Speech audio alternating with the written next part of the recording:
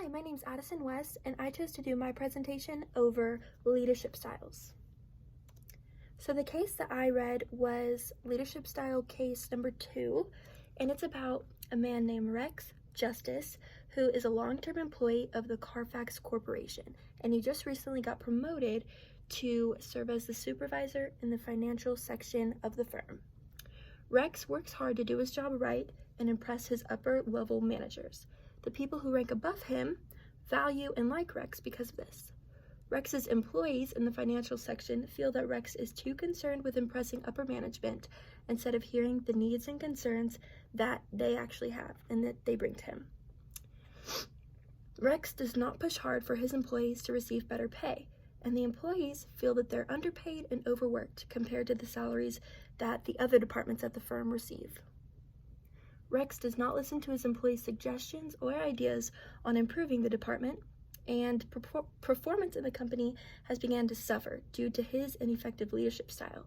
But upper management is oblivious to the bad situation that the financial department is in. So the issues here are that Rex lacks effective leadership skills. Rex cares more about impressing and pleasing his bosses instead of doing what is best for the people below him in his department.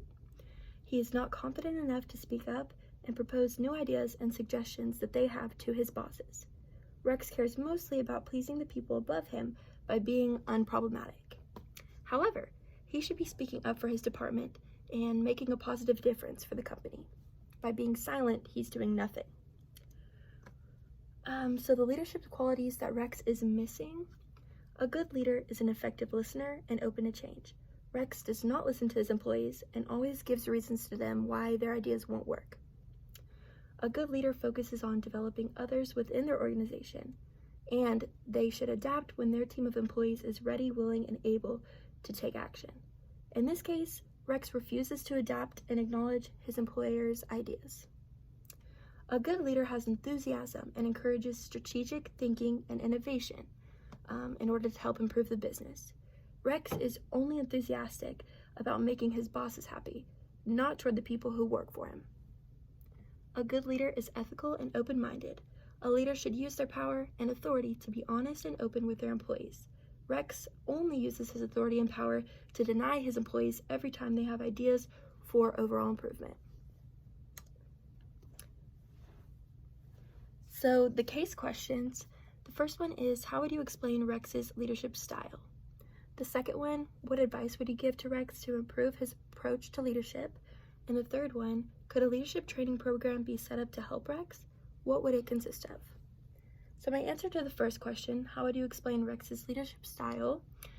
I think it's a combination of autocratic and laissez-faire style.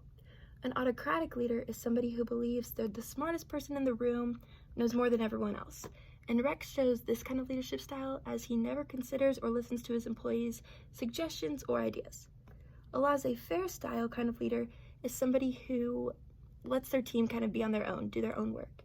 It's a leader who's not very involved with the work their employees are doing and does not offer much feedback to them either. Rex shows this kind of leadership style as he's mainly focused on what upper management thinks and asks them to do. He doesn't show much involvement of care as to what the team he's responsible for is working on.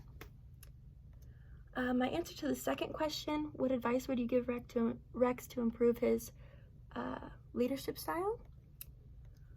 The best advice I could give to Rex would be to stop fearing the people that are more successful than him, the people who are above him in upper management. I would tell him that the most important part of his job is not to impress them, but to create the best work he possibly can for his employees. His employees of his department should be his main priority, because if his employees feel overworked and unmotivated, the results are going to be bad. He needs to spend time listening and being open to change instead of always worrying about what will please his bosses most. My response to the last question, could a leadership training program be set up to help Rex, and what would it consist of? My answer is, I think a leadership training program would benefit Rex a lot by helping him see how ineffective his leadership style currently is. The program would consist of successful leaders talking about their approach to situations they've been in. There would also be group projects that he would have to participate in to practice working with the team. And there would also be a time of reflection for everyone who came to share what they can do better in their position. I think it would be an eye-opening opportunity for Rex to see how great leaders are not great because they try to impress their boss. They're great because they have a passion for their work, they take responsibility for their department, and they're encouraging, open, and honest with their employees. In conclusion, I think Rex Justice needs to practice his leadership skills by attending a leadership training program. He needs to focus on the concerns his employees have and acknowledge how he has been an ineffective leader. He must stop making his boss's impression of him his number one priority, and instead make the overall success and happiness of his financial section his priority. And for my sources, I just used one website. The author is Brian Eastwood, and it's called The 5 Qualities All Successful Leaders Have in Common. So, thank you very much.